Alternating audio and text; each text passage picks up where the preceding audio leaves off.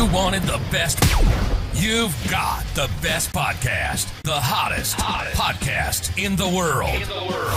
The Chris Voss Show, the preeminent podcast with guests so smart you may experience serious brain bleed. The CEOs, authors, thought leaders, visionaries, and motivators. Get ready. Strap yourself in. Keep your hands, arms, and legs inside the vehicle at all times, because you're about to go on a monster education roller coaster with your brain. Now, here's your host, Chris Voss. Hi, folks. It's Voss here from the ChrisVossShow.com. There you go, the ChrisVossShow.com, when the fat lady sings. That's when you know the Opera Iron Lady has introduced the show to the thing. Welcome to the big show, my family and friends. We certainly appreciate you guys being here. Thanks for being part of the show, as always. For 15 years, we've been bringing you the most smartest people, the most brilliant minds, the coolest authors, all the greatest stories, life lessons out there in the map. And we just keep doing it. What is it, like 3 to 4 shows a day we do now? Just like a radio, we do 15 to 20 shows a week. And you are getting just this concentrated, distilled, super wonderful data given from all the different people on the show as well. And today we have an amazing multi-book author. Her newest book is billed as a pulse-pounding novel of captivity, survival, and deceit. I didn't want it to end. Anna Reyes, from New York Times bestselling author of The House in the Pines, bills it. It's called The Beautiful and the Wild, a novel by Peggy Townsend. She joins us on the show, and she's going to be telling us about her latest. This is, I believe, her third book that she has out. She's an award-winning newspaper journalist who has covered stories that range from the capture of a serial killer to a Holocaust survivor's quest for justice. Once she chased an escaped murderer through a graveyard at midnight. Well, there's a story. She's the author of 2 critically praised mystery novels. Her newest survival thriller, The Beautiful and the Wild, is an Amazon editor's pick for best mystery, thrillers, and suspense books in November, and is set to the wilds of Alaska. Book List predicted The Beautiful and the Wild will keep the most avid suspense readers on the edge of their seats where they love to be. Welcome to the show, Peggy. How are you? I'm doing great, Chris. Thank you for having me. I really appreciate it. It's wonderful to have you as well. I'm excited to talk about my book and talk about my career as a journalist and my other books. So yeah, thanks for having me. Thanks for coming. And congratulations on the new book. Give us your .com so people can find you on the interwebs. Well, the best place to find me is on Instagram, Peggy Townsend Writer on Instagram. I have a webpage, but that's where you can find me and find out what I'm doing and what's up next. There you go. Peggy, so give us a 30,000 overview, or at least, what details you can tease out about The Beautiful and the Wild book. Okay, so The Beautiful and the Wild is a survival thriller, a domestic suspense book. It starts out with my protagonist, Liv Russo, who is a mom and working as a house cleaner and mourning the death of her husband, when she gets a cryptic text that suggests that her husband might still be alive in Alaska. And with a horrible job and she can't pay the rent, she decides to head north with her developmentally delayed son, Xander, and finds out, sure enough, her husband is not only alive, but has a second family. Oh, wow. Yeah. Holy crap. And go ahead. Needless to say, she's pretty surprised or pretty outraged, and her husband tries to persuade her to join the group by locking her up. And she has to figure out a way to escape with winter's closing in. She's starving. Her husband's getting more paranoid. She has to get out of there. There you go. And according to the Amazon page, she's locked in a shipping container. Right. For a time when she tries to leave at first and threatens to divorce her husband and report that he's alive, he locks her in a shipping container to persuade, as part of his persuasion. Right. And there you go. Yeah, that's not fun. We do the show from a shipping container too. It's cold in here. I bet. But no, I was just reading the description on the Amazon there, and it's chilling just to read the description alone. You're like, holy crap! It just sucks you right into the story. Well, that's what I hope. I hope to draw readers in with thoughts of, the secrets we keep, whether we really know the person we love. which is a big question, right? Mm-hmm. I just assume I have no idea who they are and I ignore them most of the times. So that's probably why I'm single. There you go. I just figure I'm always living with a stranger. That seems to work out for me. And there's some of her own secrets and different things that she has to deal with. She has to protect her son like a mother would, and of course, she's in the wilds of Alaska, which isn't always the safest place to be. Lions and tigers and bears, all that stuff is running around. Yeah, my husband and I spent 7 weeks in Alaska in our van, and yeah, Sounds like you gave this test drive a story. Yeah, yeah, that's dangerous. But we did. We actually ran into a couple of grizzly bears out in the forest when we were going fishing, and that was quite a frightening experience for me, I'll tell you. There you go. Right now, people in the audience go, "There's no lions and tigers in Alaska, Chris." Well, if your husband's a kind of a paranoid guy with a second family, maybe you never know. They could be paper tigers or whatever we call them. So this is really interesting. So what set you down this road of coming up with a story? What led you to put this together? Well, a couple things, Chris. I'm a former newspaper journalist, and newspaper journalists, we deal with secrets all the time, right? Oh, yeah. Yeah. So some of the secrets people try to conceal, some secrets people tell us. So I think secrets are a big part of my life. And I was thinking about secrets, and we live in a little cabin up in Lake Tahoe. We have one. Uh-huh. And I was stacking firewood for winter and listening to podcasts, of course. Wonderful podcast. There you go. And there was a story of a ex-Marine named Billy Sipple who prevented the assassination of Gerald Ford in San Francisco. Oh, really? Yeah, and he was, declared a hero, and then the media and a politician decided to out him as a gay man. Oh, wow. And so his family didn't know that he was gay. They didn't know anything about his sexuality, so they basically shunned him. And he died just a bitter, sad man a few years later, living in the Tenderloin. And here he did the great thing of saving a life. I mean, especially a president. Jesus, it's a raw deal. Yeah, totally a raw deal. And it really ruined his life. Wow. From what the podcast said, like he died alone in the Tenderloin. Wow. And, very bitter man. And once it came out that he was gay, the whole narrative changed, and people were shunning him and, yelling and screaming at him. And so I was thinking, like, what if you did a good deed and it exposed your deepest secret? Mm-hmm. And so that was the genesis for the story. Mm-hmm. So I don't know if you've ever stacked a cord of wood, but it's a lot of wood. Yeah, it's a lot of wood. Time to think. Yeah. And you got to watch out for like bugs and spiders and all that stuff in the woods. So make sure you wear your gloves. Yeah. Oh my God. Don't talk about spiders and firewood. Oh my God. or what used to happen to me is when you go out to get the wood, obviously I'm old. You go out to get the wood and like some mouse would jump out on you and about give you a heart attack. That usually happened to me.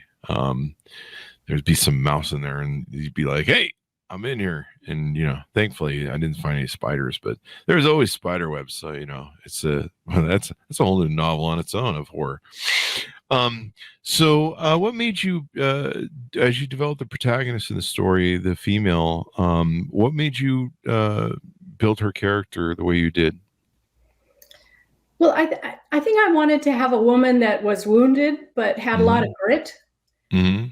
And, I know a lot of really amazing, tough women in the wilderness. And I wanted to show how being in the wilderness and surviving and facing hardship can actually make you tougher, make you stronger, and can be a gift, actually. Oh, yeah. That which doesn't kill you will make you smell bad or stronger, one of the two. It'll make you smell stronger. Something like that. So that was, I hate those books where it's, women being chased by a serial killer in the woods. I like my women to be strong, like most of my friends are, right? Yeah. There is kind of that play on, like, what's the movie Scream, where the girl's like, "Oh no, don't kill me," that sort of thing. So there you go. And the plot that you've set up is quite kind of elaborate in the details. I mean, does any of this come from your life or just right out of your imagination? It's a little bit of both.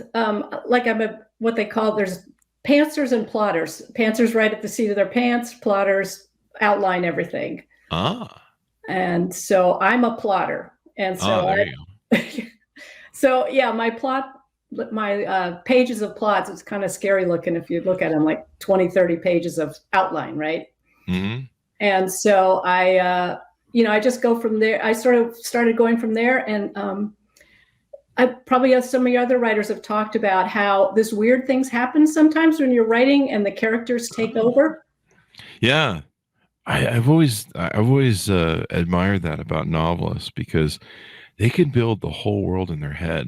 Like, this whole world and their characters are kind of become their own people. It's almost like, my 8 personalities. And it's just wonderful how they have this imagination and they can just build out a whole world and design it.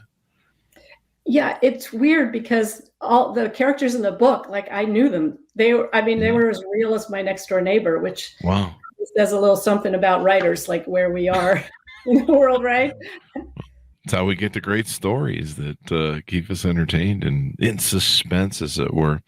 So you guys, when you went with your husband to Alaska, were you going there for to do study for the book, or was this a previous trip and it ended up playing into your book? Yeah, it was just a regular trip. We're kind of mini adventurers, I guess you'd say, and we did van life before van life was van life.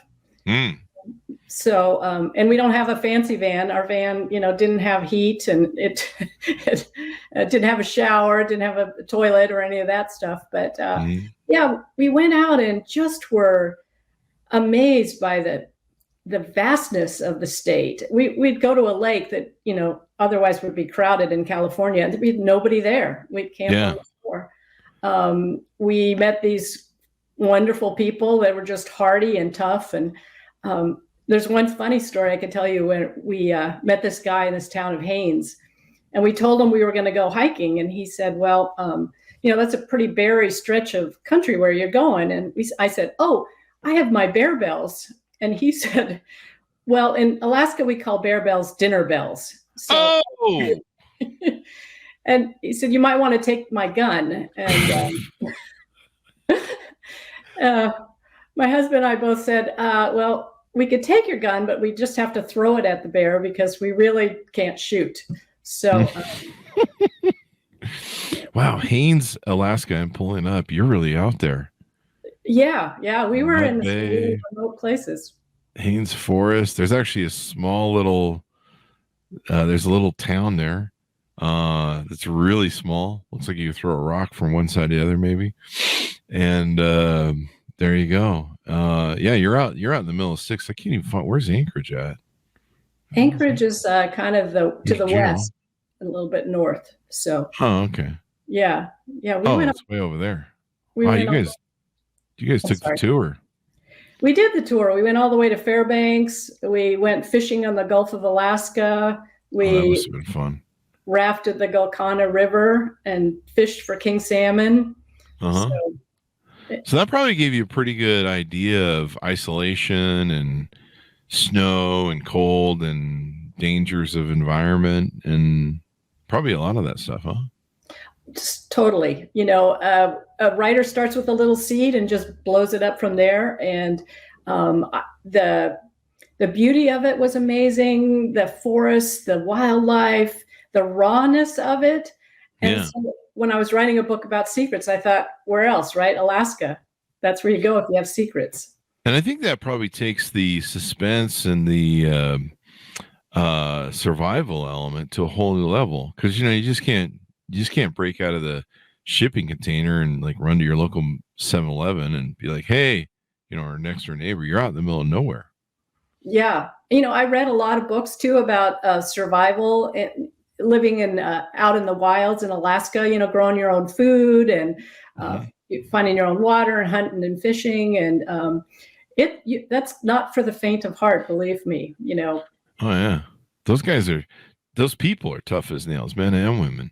There's a couple guys that I see on TikTok, and I think one's in Alaska, and he's like always doing stuff like, I'm gonna build a underground thing in the snow here and make a survival thing so I won't die tonight. And you're just like, wow, that's a nice place to be. You're up there on the edge of everything, and every day is in like can we get through today and live and maybe get warm? Sure, let's do that.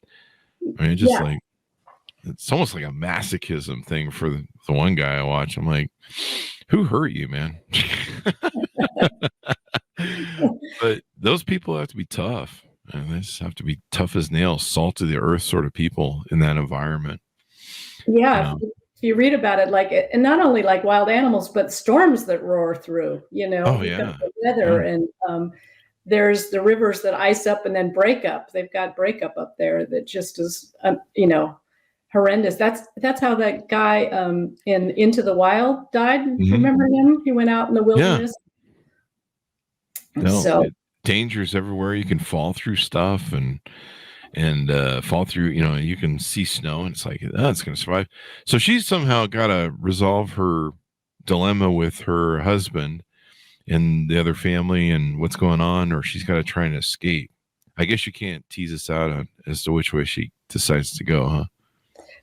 Not too much. I can't give too much away. Yeah, you can't give away the middle and the ending. So I figure I see where we're at. Anything more you want to give away on the book? Maybe the husband, the characters, his whole other family. Anything you want to tease out that way?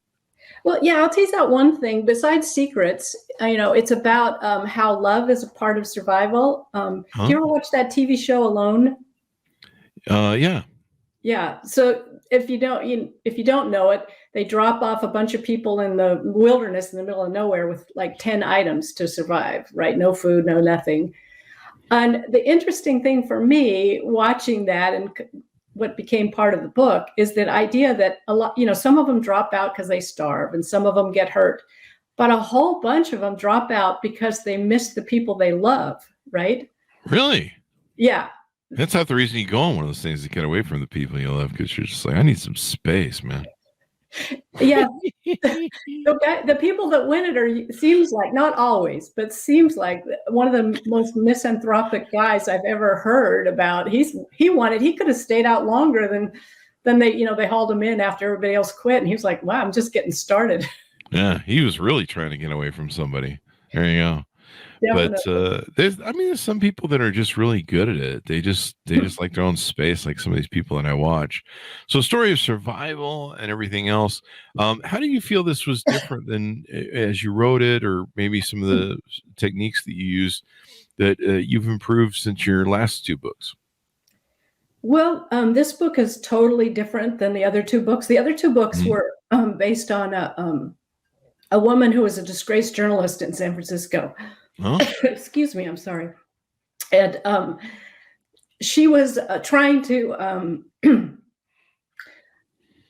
make up for her disgrace, right? So she's solving mysteries. And in this book, this is more a book about survival. It's about relationships. It's domestic. It's more psychological, I would say. Excuse me while I take a drink of water here. No problem. No problem. Okay, ready to go again. Thank you. There you go. So more psychological then. Yeah, and isn't that the scariest thing? Yeah, I mean, if you've seen my psychology, my psychiatrist says it's pretty bad. He's recommending a full lobotomy. Probably next week or something.